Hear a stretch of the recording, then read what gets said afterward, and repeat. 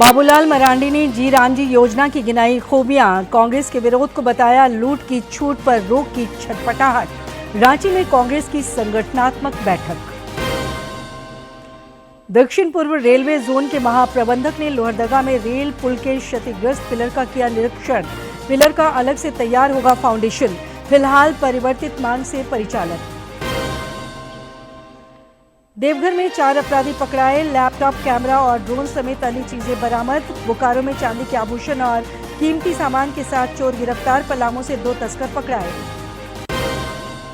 और राज्य के कई इलाके शीतलहर की चपेट में। 11 जिलों में न्यूनतम तापमान 10 डिग्री से नीचे। 3 दिनों बाद ठंड से थोड़ी राहत की उम्मीद। कोहरे से रेल विमान सेवा में बाधा।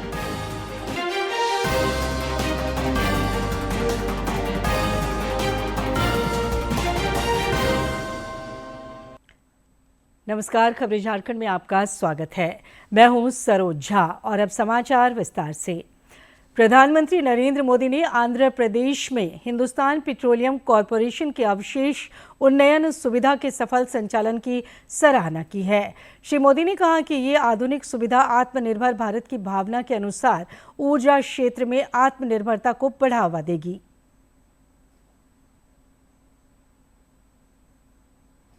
प्रधानमंत्री नरेंद्र मोदी ने विशाख रिफाइनरी में हिंदुस्तान पेट्रोलियम कॉरपोरेशन लिमिटेड की ओर से रेसिड्यू अपग्रेडेशन फैसिलिटी का ऑपरेशन शुरू किए जाने के बाद इसकी तारीफ की है।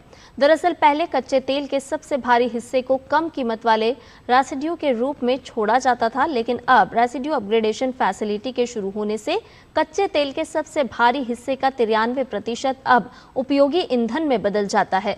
प्रधानमंत्री नरेंद्र मोदी ने पेट्रोलियम और प्राकृतिक गैस केंद्रीय मंत्री हरदीप सिंह पुरी के एक्स पोस्ट को रीपोस्ट करते हुए लिखा, ये अत्याधुनिक फैसिलिटी ऊर्जा सुरक्षा को बढ़ावा देने की हमारी कोशिशों को गति देती है, जिससे हम इस सेक्टर में आत्मनिर्भर बन रहे हैं।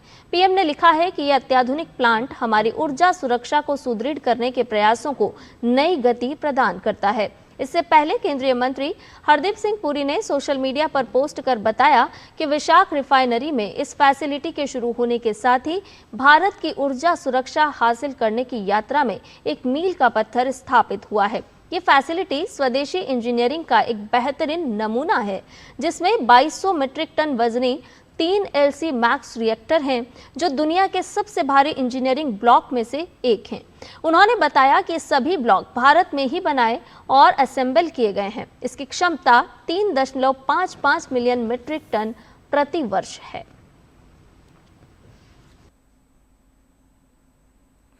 राज्यपाल संतोष कुमार गंगवार से लोक भवन में आज मुख्य सचिव अविनाश कुमार ने शिष्टाचार मुलाकात की। इस दौरान उन्होंने श्री गंगवार को नव वर्ष की शुभकामनाएं दी। राज्यपाल ने भी मुख्य सचिव को नूतन वर्ष की शुभकामनाएं दी। राज्यपाल संतोष कुमार गंगवार ने आज लोक भवन में सैनिक कल्याण निदेशालय की 17वीं राज्य प्रबंधन समिति की बैठक की अध्यक्षता की। इस दौरान विभिन्न एजेंडों पर विमर्श हुआ। श्री गंगवार ने भूतपूर्व सैनिकों की विभिन्न समस्याओं के समाधान की दिशा में संबंधित अधिकारियों को जरूरी निर्देश दिए।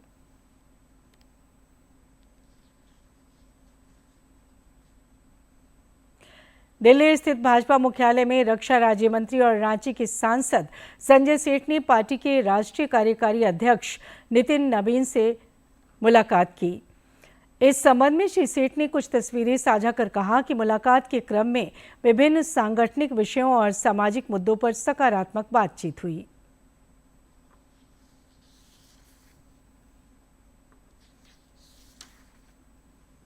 प्रदेश भाजपा अध्यक्ष बाबूलाल मरांडी ने आज रांची में प्रेस वार्ता के दौरान विकसित भारत जी रामजी योजना की खूबियां बताईं। उन्होंने कहा कि इस योजना के तहत अब श्रमिकों को 100 दिन की बजाय 125 दिन रोजगार की गारंटी होगी। श्री मरांडी ने कहा कि भुगतान भी डिजिटल और पारदर्शी तरीके से होगा। प्रदेश अध्यक्ष ने जी रामजी योजना के कांग्रेस के विरोध को लूट की छूट पर रोक की छटपटाहट करार दिया।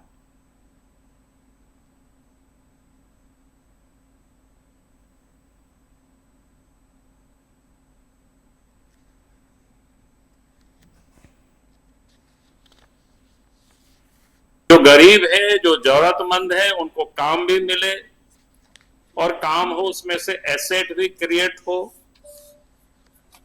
जहां पर इतनी अच्छी व्यवस्था करने के बाद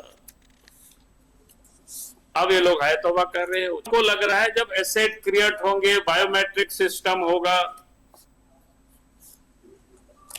तो फिर जो सत्ता में बैठे हुए लोग जो लूट रहे थे वो लूटने की उनको अब छूट नहीं मिल पाएगी। अब इसलिए इन लोगों को आपत्ति है।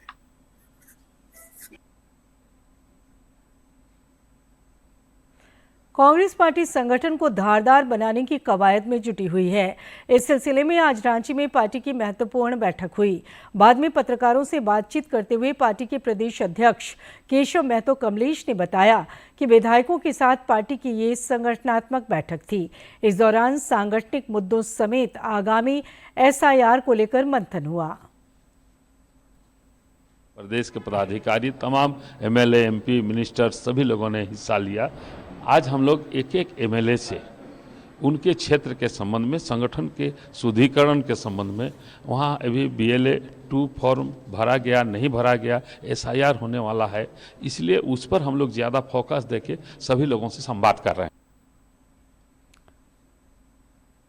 निकाय चुनाव दलीय आधार पर और EVM से कराए जाने की मांग को लेकर प्रदेश भाजपा चरणबद्ध आंदोलन चला रही है। इस सिलसिले में आज कोडरमा, गिरिडीह और धनबाद समेत कई जिलों में पार्टी द्वारा धरना कार्यक्रम आयोजित किया गया।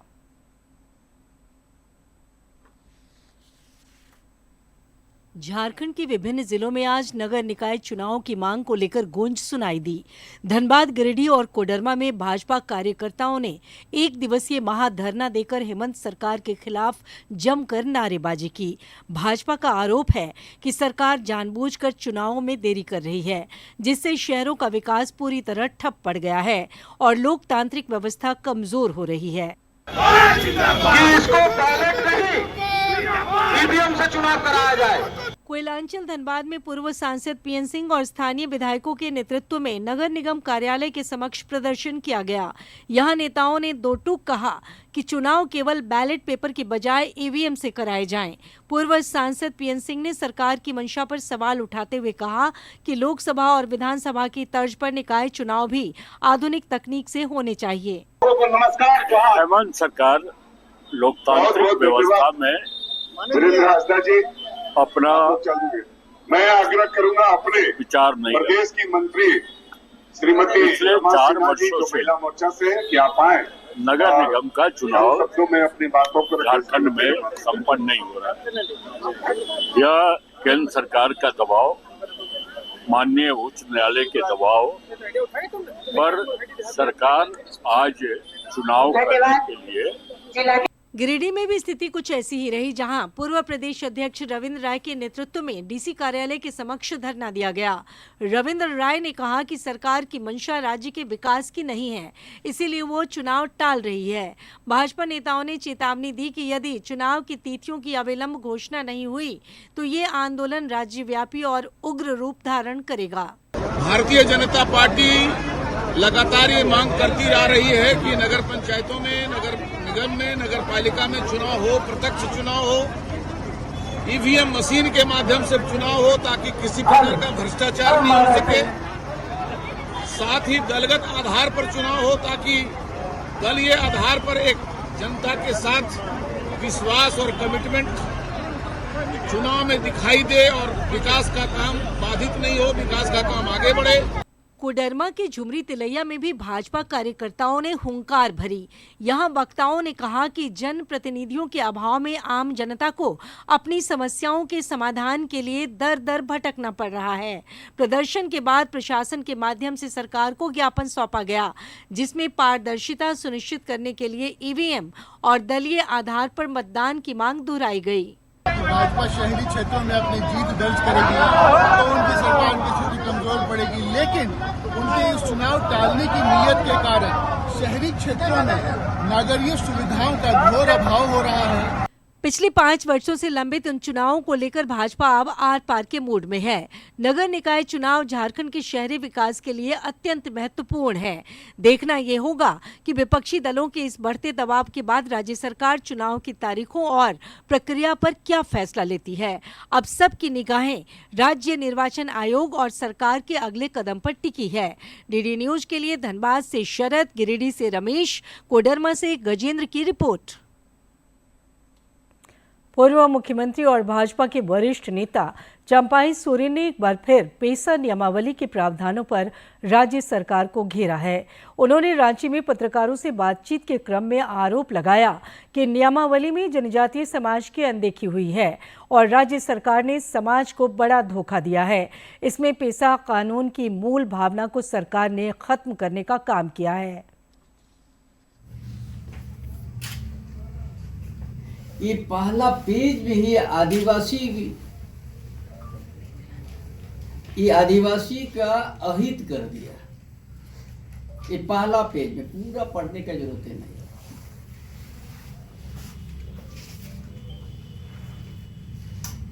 क्योंकि यहाँ का आदिवासी,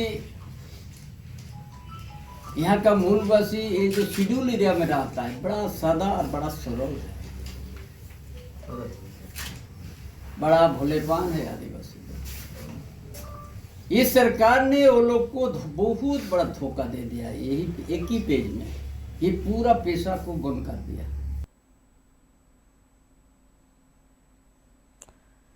दक्षिण पूर्व रेलवे जोन के महाप्रबंधक अनिल कुमार मिश्रा ने लोहरदगा में कोयल नदी पर रेलवे पुल के क्षतिग्रस्त पिलर का आज निरीक्षण किया। लोहरदगा में कोयल नदी पर बने रेलवे पुल के पिलर नंबर 5 के धंसने से रेल परिचालन पूरी तरह चरमरा गया है। दक्षिण पूर्व रेलवे जोन के महाप्रबंधक अनिल कुमार मिश्रा ने इंजीनियरों के साथ प्रभावित स्थल का निरीक्षण किया। प्रारंभिक जांच में पिलर क्षतिग्रस्त होने का मुख्य कारण नदी का तेज बहाव और बड़े पैमाने पर बालू का उठाव बताया जा रहा है। सुरक्षा को देखते हुए राजधानी एक्सप्रेस और चोपन एक्सप्रेस जैसी महत्वपूर्ण ट्रेनों को टोरी बरकाकाना मार्ग पर डाइवर्ट कर दिया गया है, जबकि सासाराम रांची एक्सप्रेस को 8 जनवरी तक रद्द किया गया है। इरोजन हुआ जिसकी वजह से ये पियर टिल्ट हुआ, तो इसका हम लोगों ने ऑलरेडी रिस्टोरेशन मेजर प्लान किया है और जो 5वां पियर है इसके चारों तरफ हम लोग फाइल फाउंडेशन करेंगे और जैकेटिंग के द्वारा स्ट्रेंथन करेंगे और यहाँ पे राउंड द क्लॉक 24 घंटे 7 डेज वर्क्स होगा और काम करने में समय लगेगा क्योंकि बहुत ही मेटिकुलस प्लानिंग और क्वालिटी के साथ करना होगा। महाप्रबंधक ने स्पष्ट किया है कि पुल की मरम्मत के लिए पिलर नंबर 5 पर एक नया और मजबूत फाउंडेशन तैयार किया जाएगा, जिसमें मार्च तक का समय लग सकता है। यात्रियों की सुविधा के लिए रेलवे ने एक वैकल्पिक मॉडल तैयार किया है। इसके तहत मेमू पैसेंजर ट्रेनें रांची से नगजुआ स्टेशन तक चलेंगी। लोहरदगा से इरगांव के बीच बस सेवा चलाने की योजना है ताकि यात्रियों को स्टेशन तक पहुंचने में दिक्कत न हो। साथ ही लोहरदगा से टोरी के बीच भी ट्रेन सेवा बहाल करने पर विचार किया जा रहा है।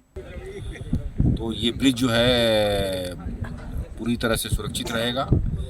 इसके अल्टरनेट अरेंजमेंट के साथ इस सेक्शन में तोरी से रांची डबल लाइन का भी वर्क सैंक्शन है, जिसका अभी लोकेशन सर्वे का काम चल रहा है।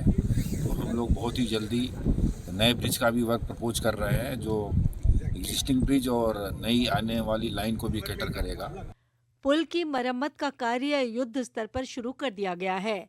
रेलवे प्रशासन का मुख्य फोकस यात्रियों की सुरक्षा सुनिश्चित करना और जल्द से जल्द वैकल्पिक मार्गों के जरिए संपर्क बहाल करना है। रेलवे द्वारा जारी किए गए नए हेल्पलाइन नंबरों और परिवर्तित समय सारणी का यात्री विशेष ध्यान रखें। मरम्मत कार्य में तेजी आने की उम्मीद है ताकि मार्च से पहले ही स्थिति सामान्य हो सके। डीडी न्यूज के लिए लोहरदगा से आसिफ की रिपोर्ट। प्रधानमंत्री नरेंद्र मोदी के नेतृत्व में देश का तेज गति से कायाकल्प हो रहा है और सुविधाएं बढ़ रही हैं। प्रगति समीक्षा बैठकों ने परियोजनाओं को धरातल पर उतारने में महती भूमिका निभाई है। भारतीय रेलवे नेटवर्क से जोड़ने वाली 272 किलोमीटर लंबी महत्वाकांक्षी राष्ट्रीय परियोजना जम्मू, उधमपुर, श्रीनगर, बारामूला, रेल लिंक परियोजना 3 दशक बाद अब ऑपरेशनल है।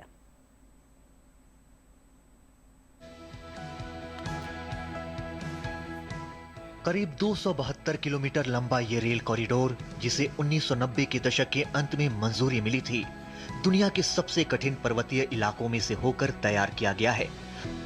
उबड़ खाबड़ हिमालयी ढलानों से लेकर गहरी नदी घाटियों तक फैली ये रेल लाइन 36 सुरंगों से होकर गुजरती है, जिनकी कुल लंबाई 119 किलोमीटर से अधिक है, जबकि इसके रास्ते में 1943 पुल बनाए गए हैं। ये परियोजना आधुनिक भारतीय रेल इतिहास की सबसे बड़ी और बेमिसाल इंजीनियरिंग उपलब्धियों में से एक मानी जा रही है। लेकिन इस परियोजना की राह इतनी आसान नहीं रही। जम्मू, उधमपुर, श्रीनगर, बारामूला रेल लिंक पर कार्य वर्ष 1995 में शुरू हुआ था, लेकिन कठिन भौगोलिक परिस्थितियों, भूमि अधिग्रहण की बाधाओं, वन स्वीकृतियों और सुरक्षा से जुड़ी चुनौतियों के कारण लगभग 25 वर्षों तक इसकी प्रगति धीमी रही। लेकिन तस्वीर बदली प्रगति की बैठक ने। प्रगति के अंतर्गत इस परियोजना की समीक्षा के बाद आवश्यक स्वीकृतियों को तेजी से मंजूरी दी गई और समन्वित कार्रवाई के माध्यम से प्रमुख अड़चनों को दूर किया गया। इसके परिणाम स्वरूप ये परियोजना पूरी हुई और कश्मीर घाटी में रेल संपर्क शुरू हो सका। इस महत्वाकांक्षी परियोजना पर काम चरणबद्ध तरीके से हुआ। बनिहाल से कटरा के बीच की सबसे अहम कड़ी हाल ही में पूरी हो सकी, जिसका उद्घाटन वर्ष 2025 में प्रधानमंत्री नरेंद्र मोदी ने किया। इसी के साथ ये पूरी रेल लाइन पूरी तरह से परिचालन में आ गई और कश्मीर घाटी को देश के बाकी हिस्सों से जोड़ने का सपना साकार हो गया। जो हमारे प्रोजेक्ट्स थे, इसमें तेजी लाने के लिए पीएम ऑफिस की तरफ से गति शक्ति यूनिट्स को एक्टिवेट किया गया। गति शक्ति यूनिट्स जो है एक स्पेशल यूनिट्स है जो कि रेलवे में इसी प्रोसेस को, इंफ्रास्ट्रक्चर को, जो डेवलपमेंट का हमारा जो प्राइम मिनिस्टर साहब का एम है, उसको पूरा करने के लिए ये इसको गति शक्ति यूनिट्स को लॉन्च किया गया था और इसके रिजल्ट्स भी काफी अच्छे आपको देखने को मिले हैं। जो हमारा इंफ्रास्ट्रक्चर जो अभी सपनों की बात लगती थी, हकीकत में वो रिजल्ट्स उसके दिखने लगे हैं। तकनीकी चमत्कारों से आगे बढ़कर ये रेल लिंक रणनीतिक और सामाजिक आर्थिक दृष्टि से भी बेहद अहम है। भारी बर्फबारी और भूस्खलन की आशंका वाले इस क्षेत्र में ये परियोजना साल भर निर्बाध संपर्क सुनिश्चित करती है, यात्रा समय को कम करती है और रक्षा बलों की आवाजाही को और मजबूत बनाती है। साथ ही इससे कश्मीर में पर्यटन और व्यापार को नई रफ्तार मिलने की उम्मीद है। जो ये रेल सर्विस यहाँ शुरू हो गई J&K में, इससे हमें बहुत फायदा मिला है, क्योंकि दूर दराज इलाकों के से जो लोग आते हैं उनको बहुत दुश्वारियाँ होती थी रोड में, और इस रेल से सब एक को फायदा हुआ है। जो हमारा मौसम यहाँ जम्मू कश्मीर का है, खासकर कश्मीर का है, इसमें 6 महीने हमारा रास्ता ही बंद रहता है, एयर ट्रैफिक बंद रहता है, और उस हिसाब से ये हमारे लिए फायदेमंद साबित हुआ है। तो मोदी जी का बहुत शुक्रगुजार है। ट्रेन से बहुत फायदा मिल गया। ये टाइम विंटर का है, यहाँ इस टाइम फ्लाइट भी कैंसिल होता है, तो ट्रेन के वजह से इस बार हमें वो चीज़ नहीं देखना पड़ा है। इस साल हमने ट्रेन के जाने से बहुत फायदा मिल गया। प्रधानमंत्री नरेंद्र मोदी ने इस उपलब्धि को राष्ट्रीय हित में लंबित परियोजनाओं को पूरा करने के भारत के संकल्प का प्रमाण बताया। उन्होंने कहा कि ये परियोजना पीएम प्रगति मिशन के तहत दूरदर्शिता और समयबद्ध क्रियान्वयन का उदाहरण है। इस ऐतिहासिक परियोजना के पूरा होने के साथ उधमपुर, श्रीनगर, बारामूला रेल लिंक अब सिर्फ एक रेल लाइन नहीं, बल्कि अवसरों, एकीकरण और विकास का सेतु बन गया है। ये परियोजना जम्मू कश्मीर ही नहीं, बल्कि पूरे देश के लिए प्रगति और विश्वास का प्रतीक बनकर उभरी है। Bureau report, DD news. Deoghar police ने वैवाहिक समारोह में वीडियोग्राफी करने वालों को निशाना बनाने वाले 4 अपराधियों को धर दबोचा है। एसडीपीओ अशोक कुमार सिंह ने जसीडीह थाना में प्रेस कॉन्फ्रेंस के दौरान बताया कि इन अपराधियों के पास से 2 एलईडी टीवी, 11 मोबाइल, 3 कैमरा और 1 ड्रोन समेत कई चीजें बरामद की गई हैं।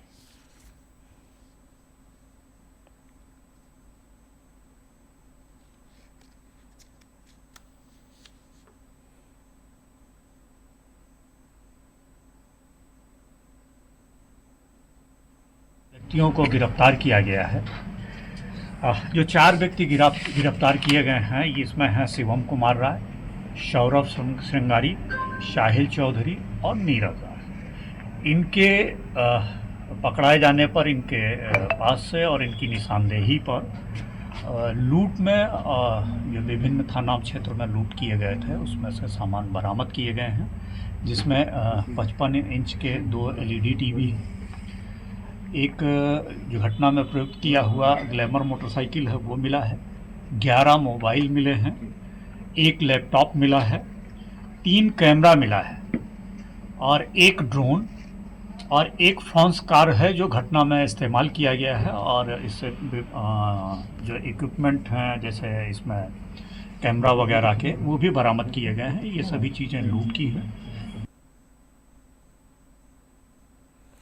इधर बोकारो में पुलिस ने एक कुख्यात चोर को गिरफ्तार किया है। उसके पास से पुलिस ने 1 किलो चांदी के आभूषण समेत अन्य कीमती सामान बरामद किए हैं। पुलिस उपाधीक्षक आलोक रंजन ने बताया कि गिरफ्तार शातिर चोर जिले में लगातार चोरी की घटनाओं को अंजाम दे रहा था। उन्होंने बताया कि लगभग आधा दर्जन चोरी की वारदात का खुलासा हो चुका है और पुलिस चोर को रिमांड पर लेकर अन्य सामानों की भी बरामदगी की कोशिश करेगी।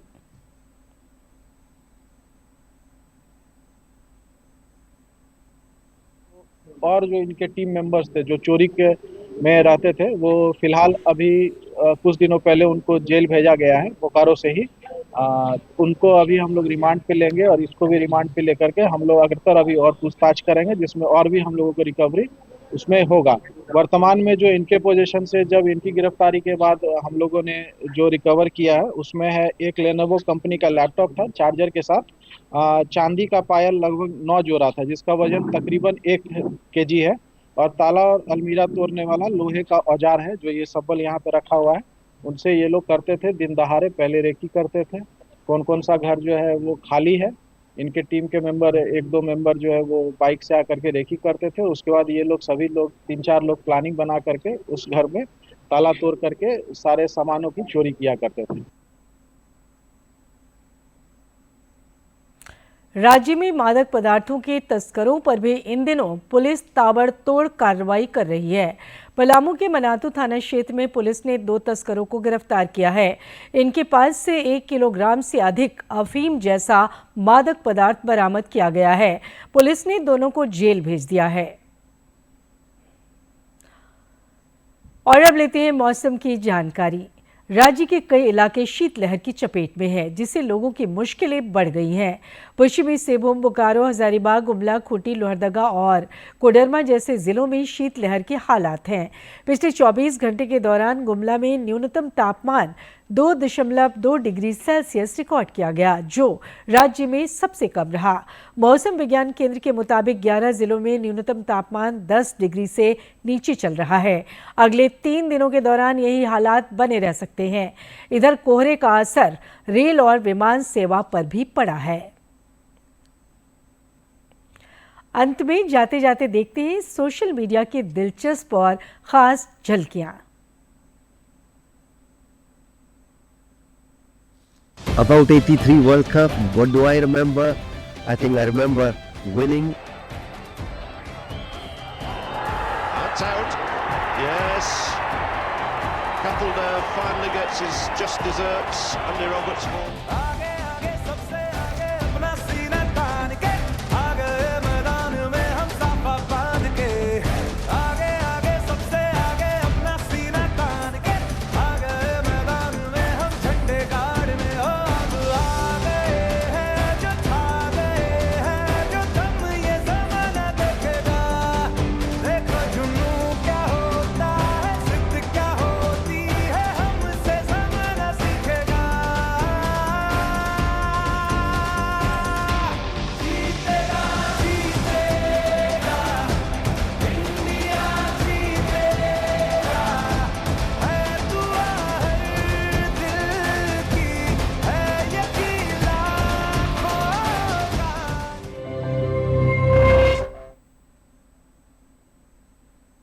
और आखिर में इस बुलेटिन के मुख्य समाचार एक बार फिर।